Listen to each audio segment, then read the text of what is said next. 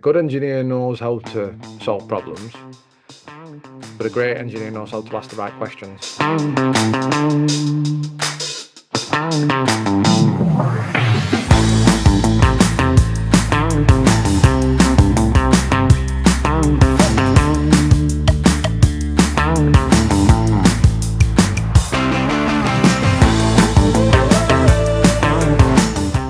Welcome to Breaking Ground. I'm Joe Cage, Head of Customer Success at CheckProof, and your host for today's episode.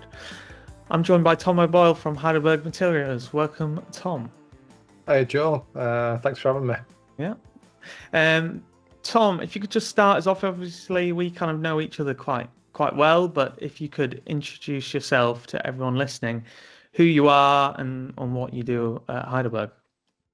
So yeah, I'm Tom. I'm a project and engineering manager at Heidelberg Materials UK. I've worked for the organisation for just over 9 years now. I've had a few jobs in that time. My current role is heavily evolved around project management and the delivery of capital projects. So I'm currently working on around 3 different projects at the moment for the business. Before that, I was the engineering manager at Watley Quarry down in Somerset. I was the site engineering manager down there, responsible for a team of 28 really good maintenance engineers. So Tom, how would you say having a strong engineering background helps improve things like productivity and safety on site? So I'm a big believer in a reliable plant is a productive, profitable, and safe plant. When your equipment's running smoothly and the way that it should do, your plant's running safer because there's less risk essentially associated with the equipment that you're running. Your costs are typically lower, obviously not too low that you're then compromising on your maintenance, but you tend to be more in control with your costs than kind of like the sudden spikes and firefighting. And obviously all that's kind of then improving your equipment uptime and your reliability, so your plant's running more efficiently with less downtime and kind of right quality and the right kind of throughputs at the same time. So like having a strong engineering background in that kind of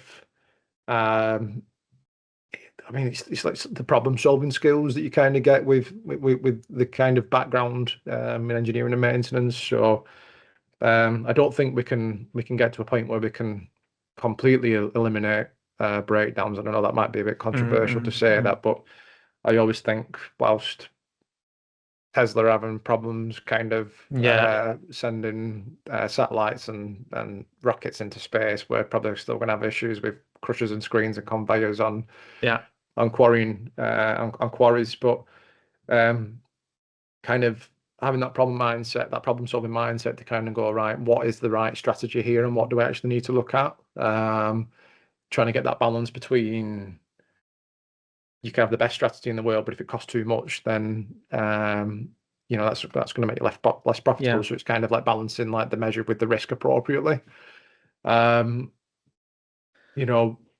When you improve reliability, safety improves.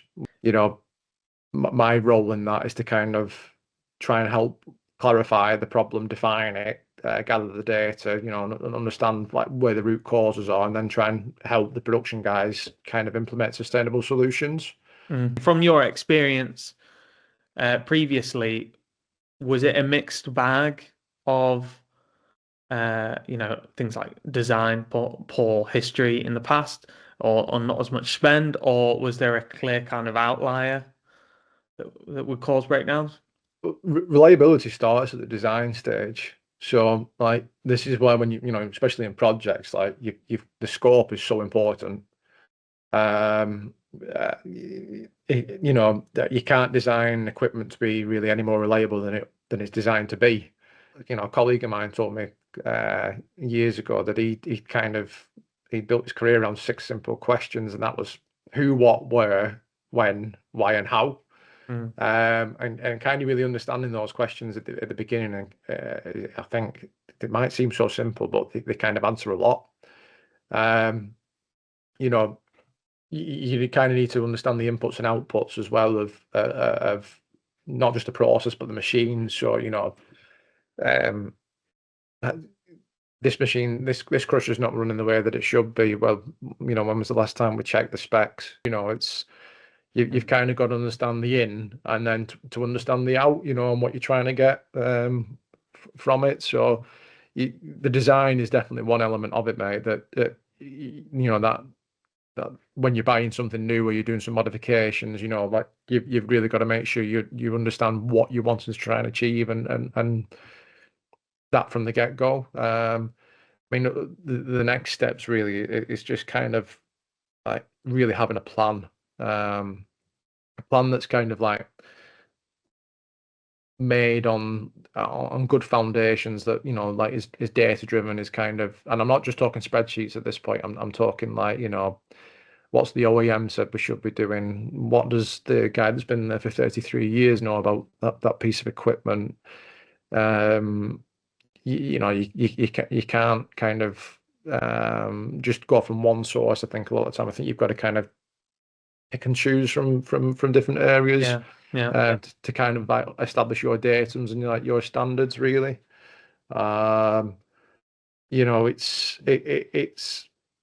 It's a bit of a mixed bag. Yeah, a bit really. of a mixed bag really for kind of working out where you kind of where you need to focus with. Like I said, the first thing I'll typically do is look at the high level first. So show me the production report, show me the downtime reports, and then kind of from there, you start then going speaking to the operators, you then start actually going and watching it yourself to kind of work out, well, that doesn't look quite right, that looks all right, that could be better. It's so hard to get it right and get Yeah, it to a good level for that reason, because there's just so many variations and variables. It's tough hard, world to especially navigate. when you've not got that kind of historic asset data. When you walk into a new site, because we tend to in our industry move around quite a bit and stuff, and you kind of come in somewhere and you go, right, where's all the paperwork, where's everything I need to be able to kind of understand all this, and luckily nowadays, because we're digitalizing so much, that's going to kind of help in the future. But if your plant's been running since the 80s or the 70s, or some plants are even older than that, and you can't find that data, then that could be quite difficult, especially as change happens and it's not kind of documented, and kind of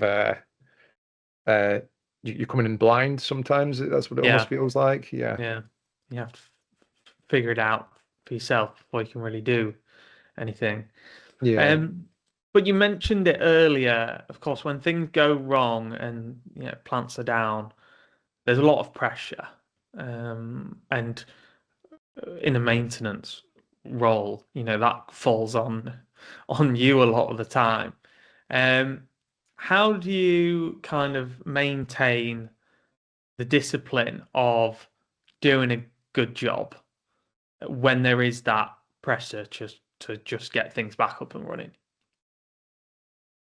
It's probably like one of the most controversial topics I'd say in like in manufacturing. This, it's like, how do you balance like the production versus maintenance? And if the culture's not right, like where you are, that can be like, it can be incredibly detrimental to kind of like the overall kind of like efficiency of the plant. But they're intrinsically linked.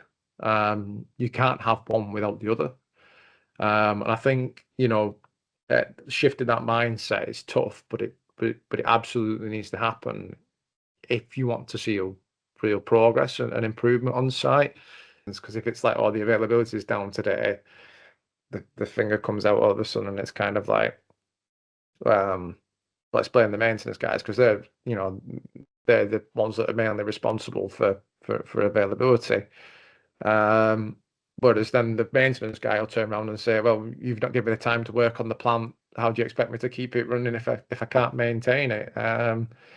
But this is why the two need to be intrinsically like kind of connected, and like you need to look at it with like a holistic view really, to kind of go, all right, well, actually we're all working for the same company, we're all working for the same plant, we've all got the same goals and achievements. At the end of the day, we're all working to supply the same customers. So what's the balance? What do we need to do? Again, this is where like the risk-based approach to maintenance comes into it. It's like knowing what you need to do as an absolute minimum, to keep you achieving what you need, your outputs you need to be able to do.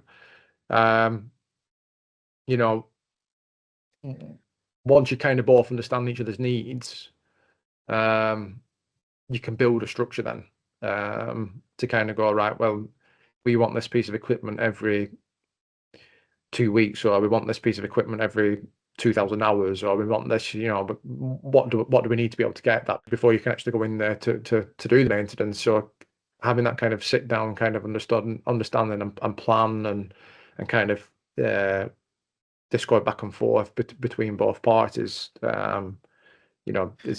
helps kind of understand, if we're talking about pressure, it's kind of like, well, I understand now why you need that time to be able to do that. And if we don't do that, here are the consequences of not doing that.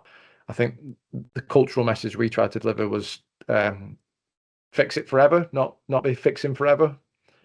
Yeah, I think communication, like you said, is like a really important thing, because that can change the relationships altogether. And a place like Watley is so big that it's really hard to not have a kind of silo of some sort. Maintenance department, production department. It's really hard to keep them together. So that communication's like so important. We had daily kind of production meetings in the morning where we kind of bring, if there was anything, we managed to get to the point where we had like a kind of like a regular plan that everybody could kind of see. So we knew really where we should have been and what was coming up, and that was kind of set for months in advance. But if anything was kind of picked up with an inspection that needed to be flagged and kind of pushed up, we'd have like a forum, like an official forum in the morning where that could kind of be brought up, and then the site manager could basically sign off whether things needed to be changed or not, based on the information that us as an engineering and maintenance team had kind of come with. I think as a maintenance team, we had to make sure that we really clearly communicated to the production guys like what we actually needed as well, and kind of once you've made those promises, to kind of make sure that you delivered. Things change, but I think the one thing that is clear is like you can't break a reactive maintenance cycle alone. They both need to be working together. It's, at the end of the day, it's not just about the machines, it's about the people and the process, and and how we kind of work together to kind of make sure that we deliver the best that we can. Could you share any kind of examples of any change that you or your team or whoever has made that made like a significant improvement when it comes to plant performance or plant safety or something along those lines? One thing I was working on just before I left was, so again, I was trying to look at where we were, opportunities for improvement were, and where was downtime happening on the plant, and kind of like trying to really get to the root cause of it. So I'd noticed that we were having a dip in one of the sections on the plant, and first thing I thought again was, well, I'm not having many breakdowns on that section, so it doesn't kind of make sense to see this dip. So I thought, doesn't make sense, so I need to kind of look a little bit deeper into that and kind of see what's happening. So started reviewing the downtime information, and then started speaking to the operators and just trying to kind of understand what was happening. And we'd noticed that like there was like a small pattern starting to emerge where we were having issues with digi highs, so bin level sensors kind of registering that they were full, which would then mean that the plant had stopped and we couldn't carry on loading. So I think they were going unnoticed really, because they were only happening for like 5 minutes, no more than at a time. And by the time you've kind of then hit the reset button on the SCADA and got the plant back up and running again, they kind of sorted themselves out. But I think they were happening a lot more than people thought. So we started kind of looking at like more IoT integration with PLC to kind of, instead of having a human being having to kind of put the downtime entry in every time for that, we'd integrated it with one of our systems, so that every time it registered a digi high, and then the conveyor belt that used to feed that bin section, causing that to stop, it automatically created a downtime log. And what we found was actually, because we had the system telling us that rather than kind of a human having to pick every single downtime event and put it in, it quickly started to add up, and it actually ended up being one of the biggest causes of downtime on the plant. You might think, oh no, that's a nightmare, this, that, and the other, but because we'd actually kind of defined and identified it, it meant we could then start doing something with it. Yeah. So there's a kind of like collaboration, kind of sit down then between like the engineering and maintenance team and the production team to get to kind of then start going, well, what's actually causing it? Is it an engineering kind of machine related problem, or is it a process driven problem where we're not managing the bins quite the way they should be? Do we need to make sure that we're emptying them with the dumpers a little bit quicker and stuff? And kind of it needed both sets of people really to kind of sit down and kind of start bashing heads together to kind of work out what we were going to do. So it was, a really good example of like teamwork, to try and solve a problem that wasn't immediately visible. I think it's part of the culture really at Heidelberg that we've got really, that kind of collaborative working and kind of all kind of trying to achieve the goal of kind of trying to again make the plants more efficient. And would you say that your degree helped processes like that? Yeah, I would say the degrees has helped. I didn't really cover an IoT module when I was doing my degree, but it Yeah. was kind of that critical thinking and problem solving mentality. They're like the academic kind of studying kind of mentality that it gives you, because you're always kind of told never to take anything at face value. So that kind of first thought of availability is dropping. There's got to be something to do with the maintenance team and what the engineering team's doing. But at the same time, so I think some of the best people I've worked with in this industry haven't got any kind of higher education, haven't got any kind of like formal higher education. There's the beauty of also having an aging workforce is we've got a lot of people with a lot of very good experience. Some of the best engineers, some of the best people I've worked with in this industry don't have any kind of formal higher education, but I tell you what, they know a crusher to the nuts and bolts and every single critical measurement on one, and they know exactly how it should be running. And we're always kind of told, aren't we, that people are the most important assets that any business can own. You can spend several £100,000 on a new crusher and put the number against that, but when these guys that have got 30 plus years of experience doing what they do, are kind of coming up to retirement now and stuff. How would you put a price on that? So if we were to kind of theoretically put you in their shoes and you needed to design a course module for future engineers, the future workforce, what key things would you kind of make sure to put in that course to set them in good stead for the rest of their career? Oh, that's a good question. I think trying to get the balance between theory and practical is kind of a big one for me. So when I did my maintenance engineering apprenticeship, I was really lucky that I got to attend like a dedicated training center. So I actually got to weld. I actually got to use a lathe. I got to use a miller. But I was in a classroom environment as such, but it was like a hybrid kind of classroom, actual engineering workshop where your teacher would kind of go over like the fundamentals of whatever craft you were doing, and then tell you about the risks essentially of what you were going to do, when you'd use it, why you'd use it, how you'd use it, etc. And then under supervision, you'd then go and operate a lathe, or you'd then go and operate a miller. And I think the best thing about that as well was, you were in a safe environment where there was less likely for risk to happen. And when you start using a lathe and a miller, like the really dangerous equipment, if you don't operate them with the respect that they deserve. But having that kind of environment, and not only like where you are supervised, but not only that, like you're going to be shown how to do it right because it's an academic environment. But I know I've just said about people with 30 years experience being and fantastic, but sometimes there can be some bad habits in that 30 years experience as well. So you're being shown in the kind of formal environment then on how to do things. I mean, if I was starting for maintenance engineers and apprentices, health and safety would be the first thing. Like I said, really understanding what the risks are that you're going to be exposed to. But then from like the technical skills and stuff, I mean, I'd start with the basics. Like I'm talking like clean, inspect, lubricate, adjust, and repair.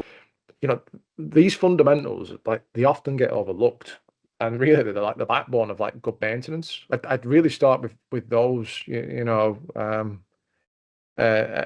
kind of like then start building off the back of them, with some more kind of like detailed theory or more sophisticated kind of maintenance techniques. Maybe start bringing like some of your CBM stuff in there off the back of that. I mean, the other bits we kind of talked about earlier is like the importance of having a maintenance plan and schedule. Like getting them to kind of understand the importance of planning and scheduling and what good planning and what good scheduling looks like. So kind of utilizing that experience, but in the best practice format, and also kind of throwing in the more modern ways of working, like these IoT tools that are coming through that weren't available to us. It's not really that long ago that this type of stuff started to really come through, and nowadays we use it so much. But I'll kind of use that to segue into the next question, which is, what have like data-driven tools like IoT and OEE monitoring and stuff like that, what have they taught you about plant performance? I think what they've taught me is that they help you to uncover things that you might not be able to see, or it might not be easy to see necessarily. That example we had with the bins was when you're working at a 24-hour operation, 5 minutes seems like nothing. Yeah. So it's easily missed. You remember the big ones that cost you 4 hours. You know what I mean? But the ones that cost 5 minutes, some are often overlooked. And that's because a human being can only do, so many things at one given time, and if you've got the SCADAs throwing up a fault code there, and then somebody's on the radio saying, why is this stopped, etc. Having that automation in the background with an IoT system that kind of goes, all right, actually, I've noticed this, I'm going to pull this and I'm going to register this as a deviation or as a downtime entry is, helps you kind of just gives you an extra pair of hands, really. With capturing that, good maintenance, I think is all done on data. We don't make decisions based on gut. We should really be kind of going around, well, what's the data telling us? I think with the way that the world's going as well with AI, we're already talking about AI doing kind of like data analysis for like your plant performance, and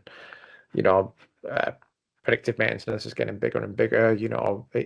Having the kind of data already built and a database somewhere, providing it's in the right kind of standards format, etc. It's being captured and it actually makes sense. As these tools kind of get further and further, they'll become more and more important, I think. And I think as kind of like we keep going through this technology, this revolution, really, it's kind of this tech revolution that we're going through. But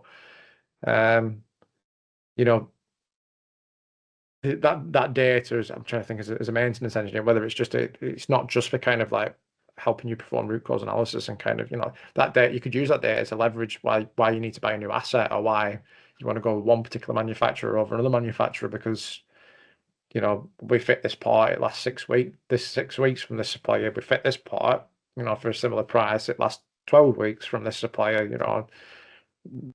Maintenance systems can be telling you all this if you're putting all the right information in. That data just kind of helps give that extra level of background that didn't necessarily have before. So you've led diverse teams from apprentices to experienced engineers to ex-military recruits. How do you adapt your leadership approach to those different types of people? Every person's unique. You know, I think you get the best out of a team when you kind of tailor your approach to be more individual.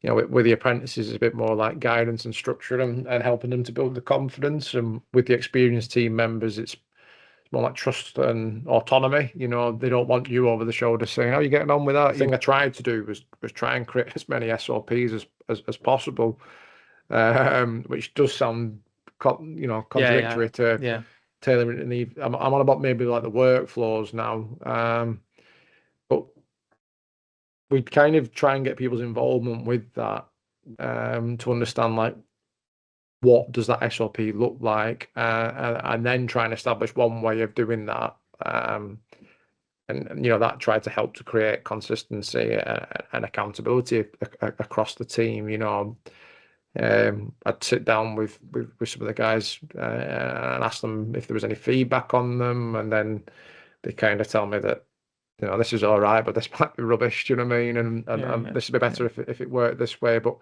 kind of having that SOP and that benchmark, like I said, it kind of helped with the consistency and accountability throughout the team. But it also helped with upskilling the team. You know, like I said earlier, we had guys that had been there for 30 years that those SOPs came out of their head.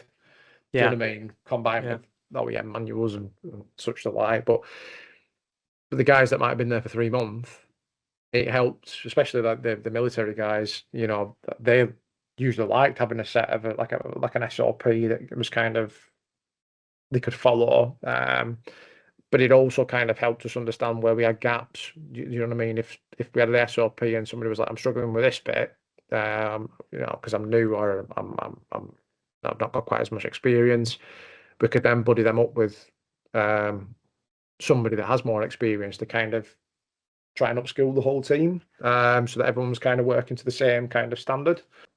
But if you were to come into a new site tomorrow and assess a team of engineers, what would you look for to say, okay, yeah, she's a good engineer, she's a great engineer? What would you say is the difference between the two?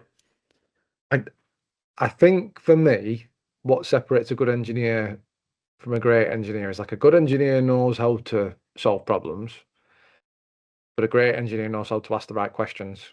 You know, I think curiosity is a huge part of it. You know, great engineers don't just accept that things are as they are. You know, they dig deeper, they challenge assumptions, they look for better ways of doing things, they understand, you know, the inputs and outputs and what the customer requirements are, you know, to kind of change things, make things more efficient, you know, make things safer, more reliable.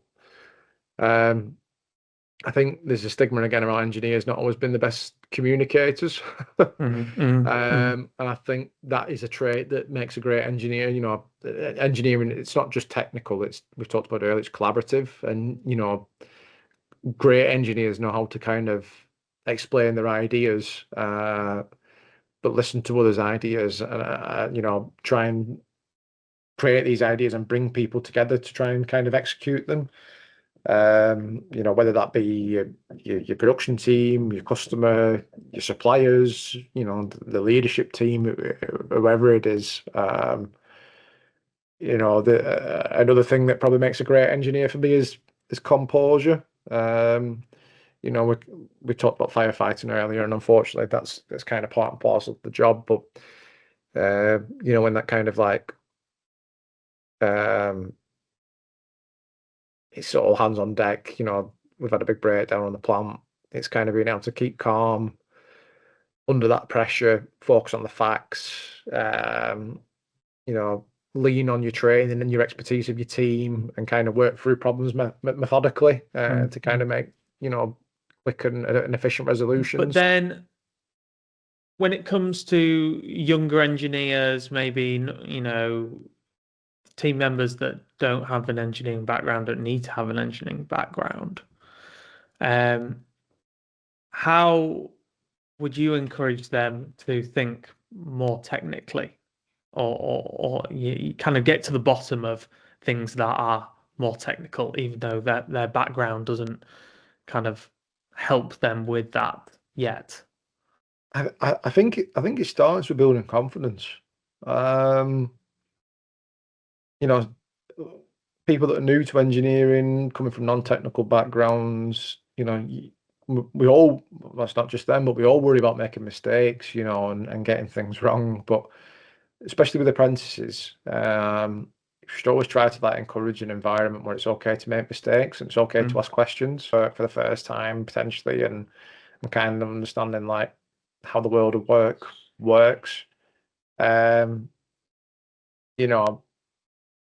We should always try and encourage apprentices, like I said, to ask questions, and if something doesn't look quite right, they shouldn't be afraid to kind of say, why is this the way that it is, or I'm not quite happy with that, or ask those questions. I think mentoring and kind of structured training plans are massively beneficial. That tend to be kind of finding the right kind of team dynamic to kind of help bring them into the fold, build them in confidence as well as technical abilities. So, Tom, so a question that might apply to your current role a little bit more. What are the biggest pitfalls you see with project delivery, certainly sort of CapEx project delivery, and how would you avoid them? Yeah, so I think we talked about it earlier, but one of the biggest pitfalls I've seen is not clearly defining a scope with clear deliverables and expectations at the kind of for the end result. If the scope's not nailed down early, things start to drift. Before you know it, you're chasing moving targets, burning time and budget. So we talked about those things earlier, didn't we? Who, what, where, why, when, how. Kind of understanding that as a starting point.